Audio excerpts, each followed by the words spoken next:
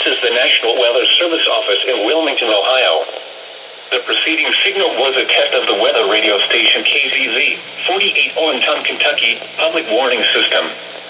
During potentially dangerous weather situations, specially built receivers can be automatically activated by the signal to warn of the impending hazard. Tests of the signal and receiver's performance are normally conducted by the National Weather Service between 11 a.m. and noon each Wednesday. If there is a threat of severe weather, the test will be postponed to the next available good weather day. Reception of this broadcast, and especially the warning alarm tone, will vary at any given location. This variability, normally more noticeable at greater distances from the transmitter, can occur even though you are using a good quality receiver in good working order.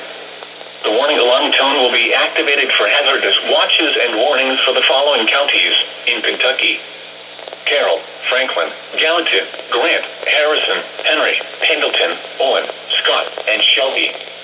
And in Indiana, Switzerland. This concludes the weekly test of weather radio station KZZ48 Olenton, Kentucky.